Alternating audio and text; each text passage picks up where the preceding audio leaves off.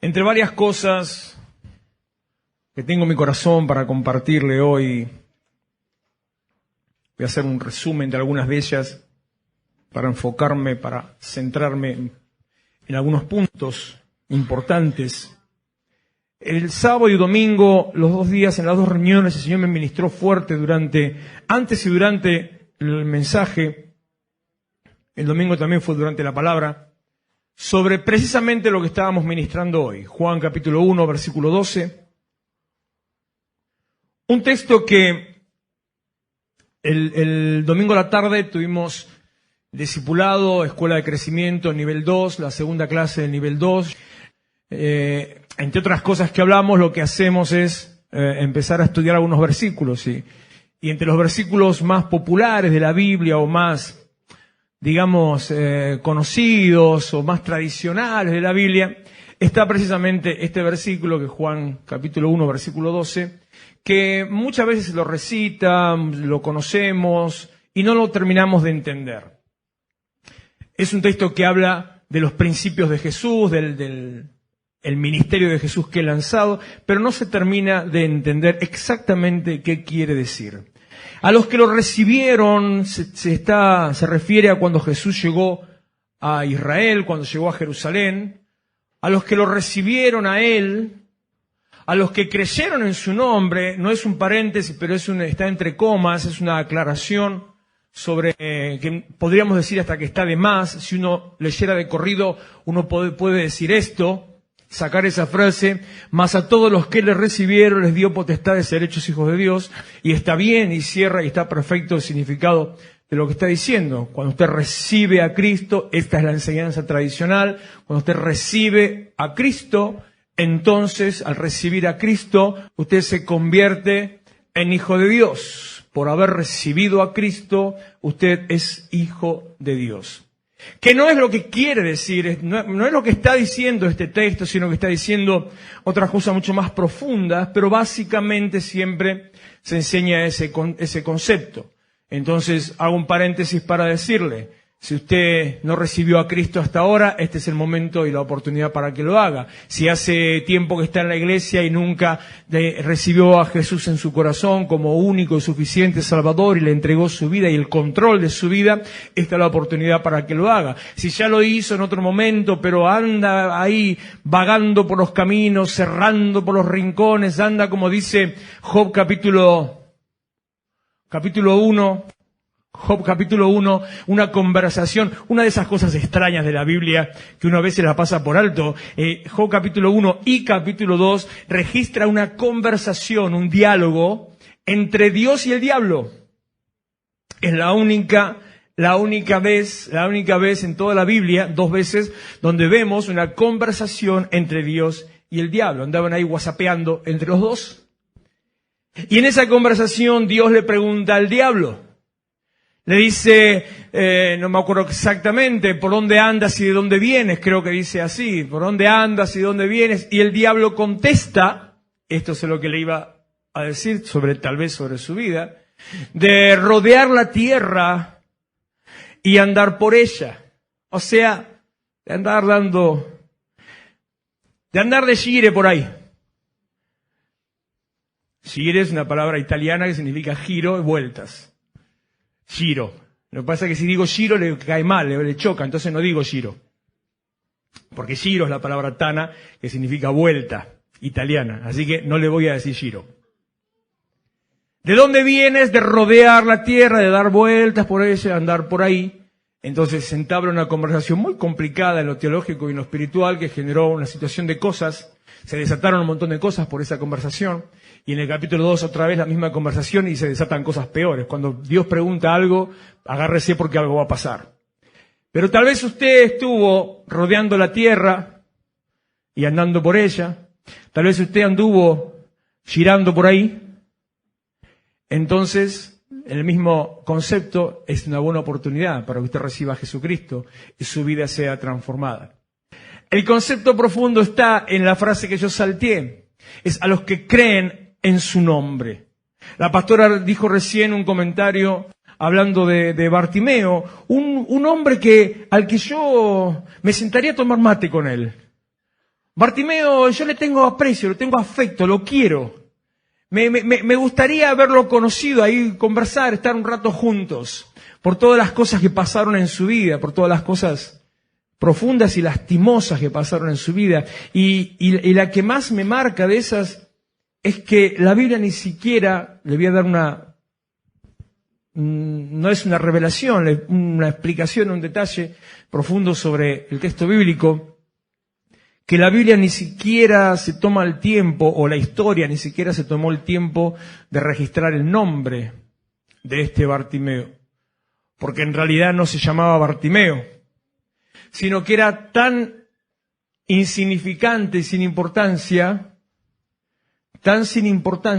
el fulano, que ni siquiera notaron cómo se llamaba. Entonces lo que la Biblia dice textualmente estaba, no recuerdo el texto completo, estaba junto al camino mendigando, creo que eso lo dice después, dice, se encontraba el ciego, el hijo de Timeo. Eso es literalmente lo que dice la Biblia. El bar es en el arameo, es una expresión que significa hijo de. Entonces Bartimeo no es un nombre, sino es hijo de Timeo. Como otro bar que usted puede ir, que es el hijo de los borrachos, pero ese es otro bar. En Hechos habla de un profeta llamado Bar Jesús, y era porque era hijo de un hombre llamado Jesús. Y el Evangelio cuenta de un Barrabás, que literalmente es Bar Abás, y era el hijo de Abás. Entonces, a mí siempre me impactó eso de este Bartimeo. Ni siquiera el nombre sabemos. Era un tipo totalmente desechado, marginado, ignorado, ninguneado, a más no poder. Solamente lo conocían como el ciego que estaba sentado a un costado del camino. Pero yo dije, la pastora dijo algo sobre él, y lo que dijo la pastora es, Bartimeo tuvo fe. Bartimeo creyó. ¿Y qué cosa creyó? Bartimeo creyó que Jesús tenía la capacidad de hacer todo aquello que iba a hacer. Que eso es exactamente lo que quiere decir, hasta literal lo que ella dijo, exactamente esa frase, eso es lo que significa esto, a los que creen en su nombre. ¿Qué significa creer en el nombre de Jesús? Significa que usted voy a mezclar versículos para que ampliarlo un poquito más y para que entienda el concepto, significa que usted está plenamente convencido y que tiene la certeza total, aunque no lo vea, de que Jesús tiene la capacidad de hacer todas las cosas que vino a hacer. Cuando usted lo mira de esa manera, entonces se da cuenta que no es solamente, creo en Jesús. No. No es creer en Jesús, es creer en su nombre. Decíamos el sábado que no lo menciono nada más sin entrar ahí, 1 Juan 3:8, dice, ¿para qué vino el Hijo de Dios? Vino para deshacer las obras del diablo. Creer en el nombre de Jesús significa, de eso hablábamos el sábado, significa creer que Él tiene la capacidad de cortar los lazos y de deshacer las obras del diablo.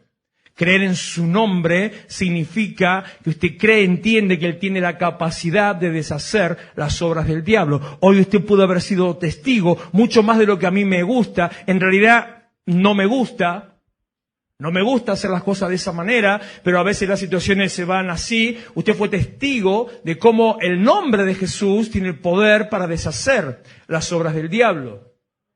Porque una liberación, porque una sanidad, porque una restauración, un ordenamiento, es el nombre de Jesús que está restaurando, acomodando todas las cosas según era lo original, según era el principio.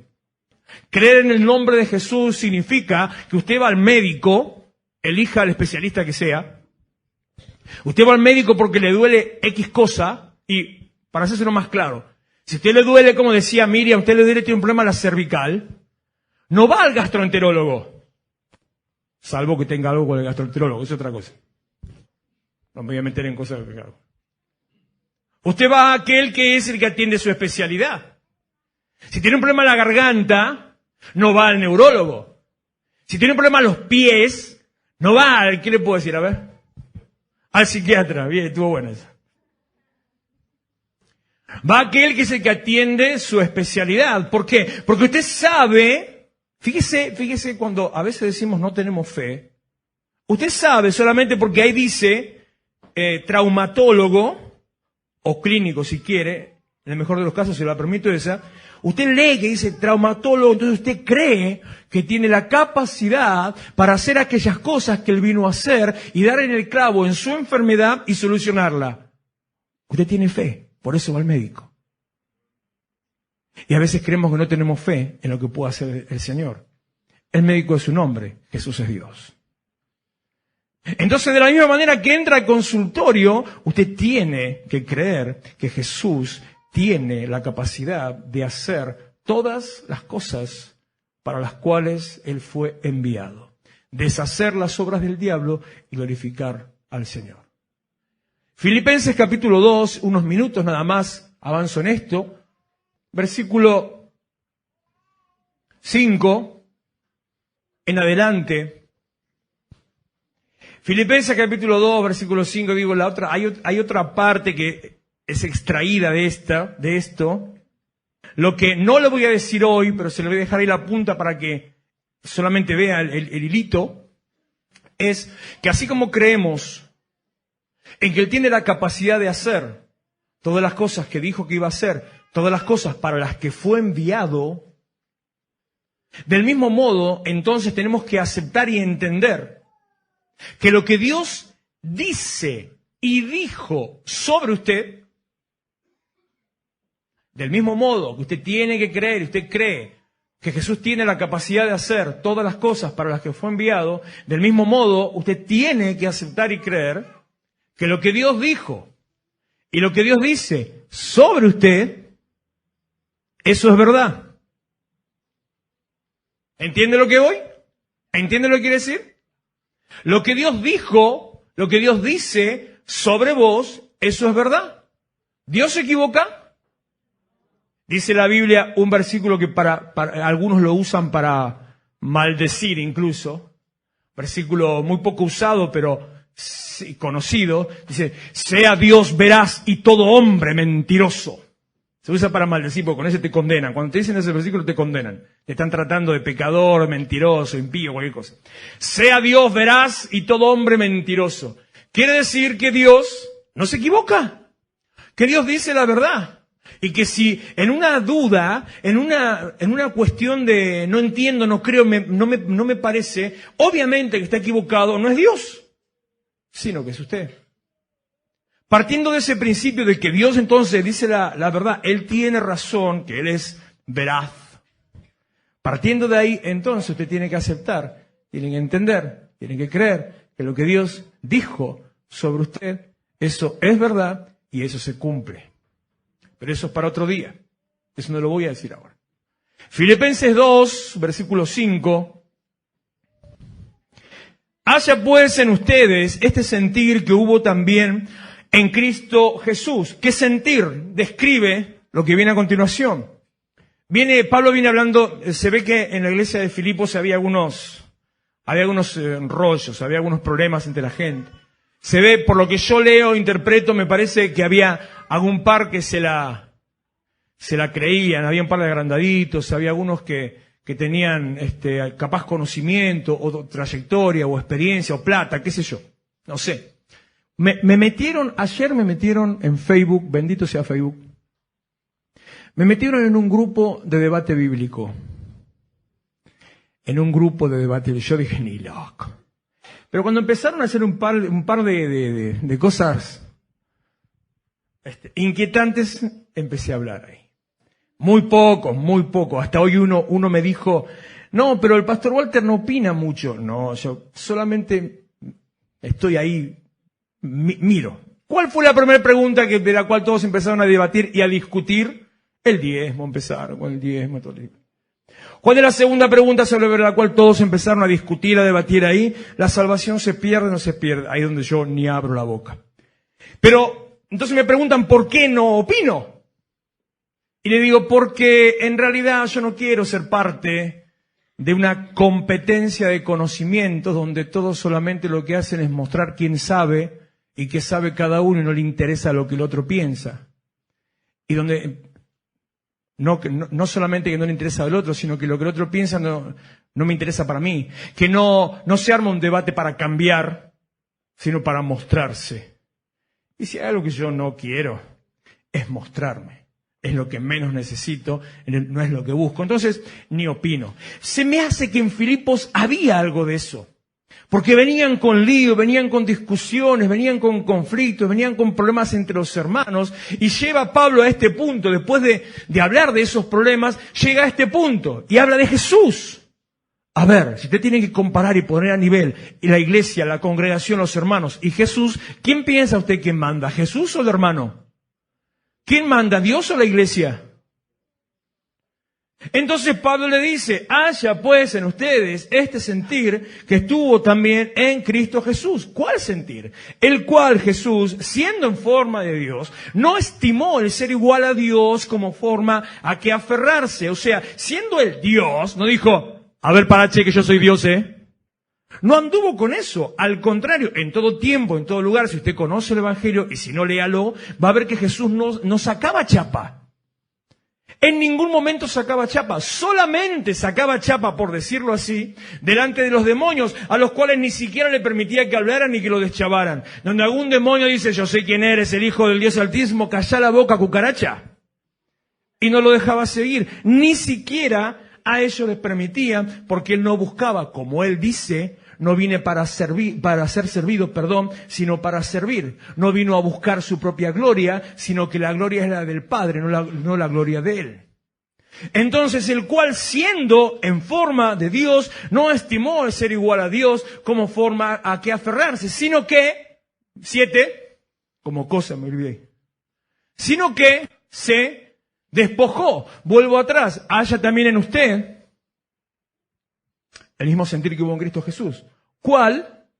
Primero, no se la crea de nada. Segundo, que se despojó a sí mismo.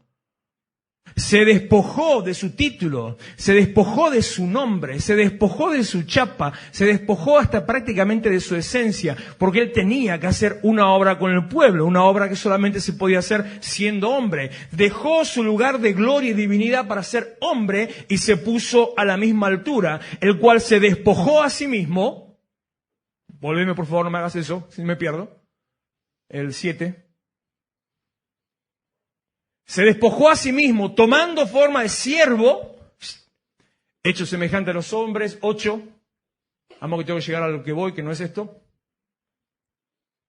Y estando en la condición de hombre, mire, se despojó. 2. 1. Se despojó. 2. Se hizo hombre al despojarse. Habiéndose hecho hombre, se humilló.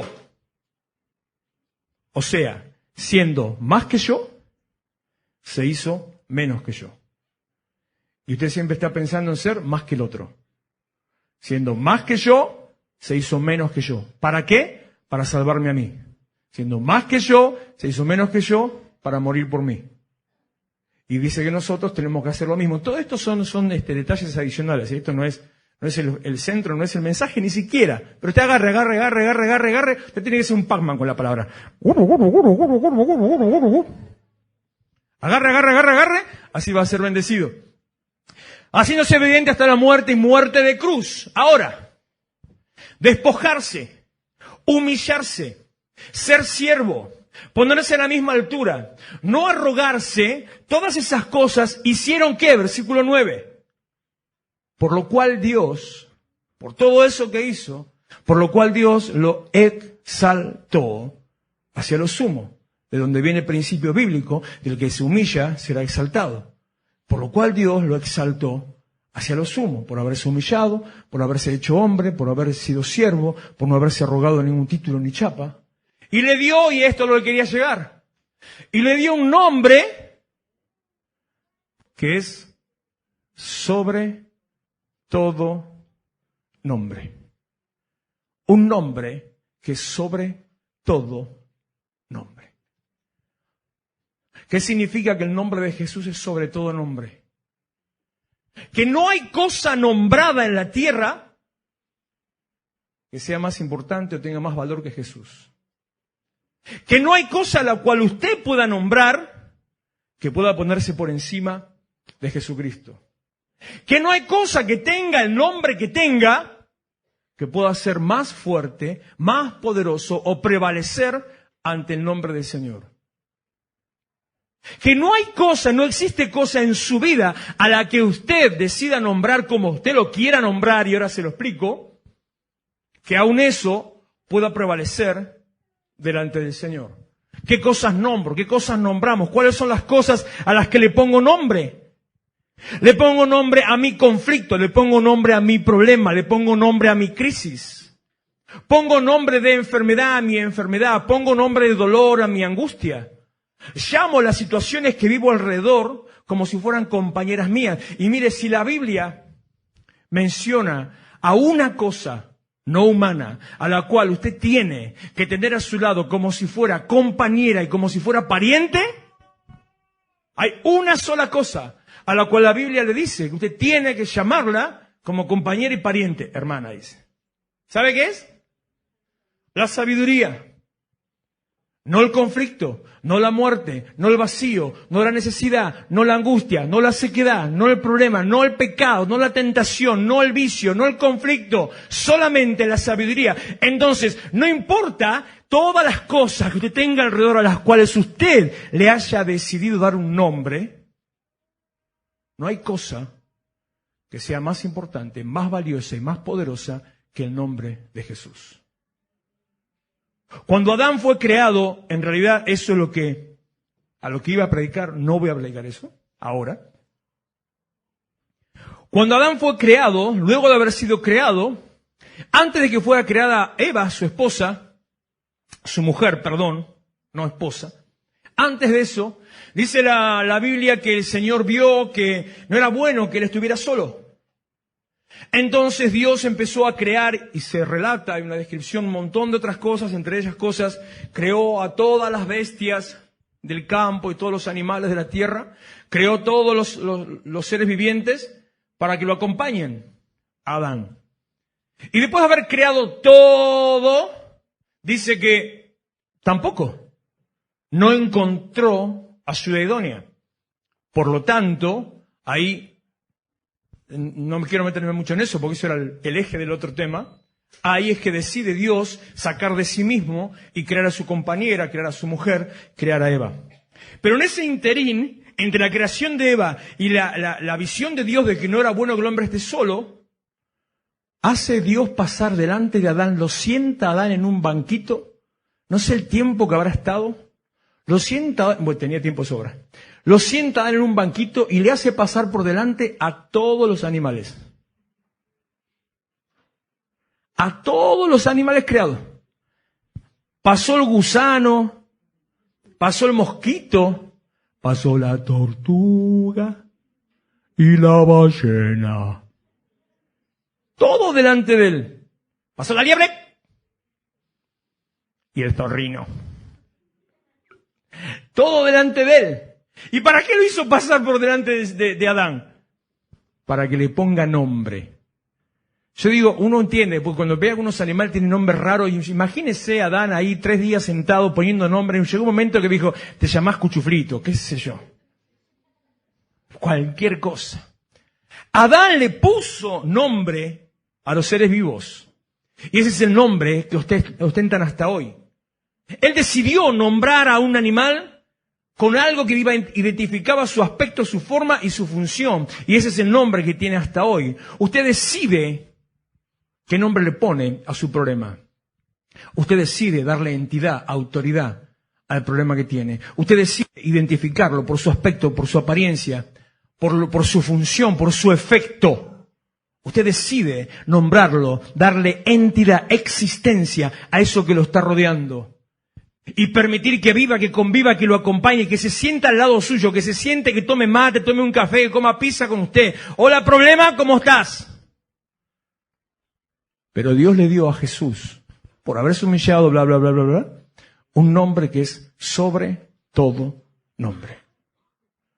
Por lo tanto, volviendo a Juan 1:12 y terminando ahí, a los que creyeron en su nombre, les dio la autoridad de ser hechos hijos de Dios. Cuando usted se pone bajo el manto del Señor y empieza a creer en Él, este es un tiempo donde nosotros nos estamos determinando. Este tiempo que estamos terminando en este 2019, los meses que restan, este es un tiempo, según la declaración de la Iglesia, de año de plenitud, de expansión y de posesión. Es un tiempo donde usted empieza a tomar control de su vida, empieza a alcanzar la posesión de la herencia adquirida y empieza a subir al lugar en el cual le dije que va a entrar en una posición distinta, en un nuevo piso. Es el tiempo donde usted empieza a tomar definiciones. Le decía la semana pasada, decisiones, sume a eso definiciones. ¿De qué manera va a llamar a cada cosa en su vida y cuánto le va a creer al nombre de Jesús? El único que tiene el poder, la capacidad de hacer todas las cosas que fue enviado. Este es un tiempo donde usted tiene que decidir si va a seguir a Jesús o a qué va a seguir. Es el tiempo donde el nombre de Jesús, al estar por encima, trae sanidad, liberación, renuevo, restauración, trae rotura de cadenas, libertad espiritual y mental. Se abren los caminos. Es el tiempo donde usted se empieza a diferenciar de aquellos que todavía están en un mar de confusión y no saben para dónde ir. Pero los que creen en su nombre, les dio la autoridad, la potestad, la capacidad de ser hechos hijos de Dios. Póngase en pie, por favor. Anímese a creer. Anímese a entrar en lo sobrenatural. Anímese a bucear con Cristo. Anímese a volar con el Espíritu de Dios. Anímese a nombrar las cosas como Él dice, no como a usted le parece. Deje de llamar al problema como problema. Empiece a llamarlo como lo que se fue, como lo que ya no es. Y muchas otras cosas que hubiera dicho, pero que ya no quiero seguir. Deje de darle entidad y empiece a creer que usted va a alcanzar la promesa de Dios. Usted va a alcanzar la declaración de Dios sobre su vida. Usted va a entrar en el terreno de la bendición. Su familia, su vida, su casa, su economía, su trabajo va a ser bendecido, restaurado, prosperado. Lo que toque será multiplicado. Donde entre, lo que pise, lo tomará en posesión. Empiece a creer que el nombre de Jesús es el que tiene autoridad. Crea, tómese de Él, hable con Él, créale a Él, cántele a Él. Dígale: Jesús, Jesús, Jesús, Jesús. Nombre sin igual. Nombre que tiene poder para dar vida y para traer sanidad. Señor, yo bendigo la iglesia.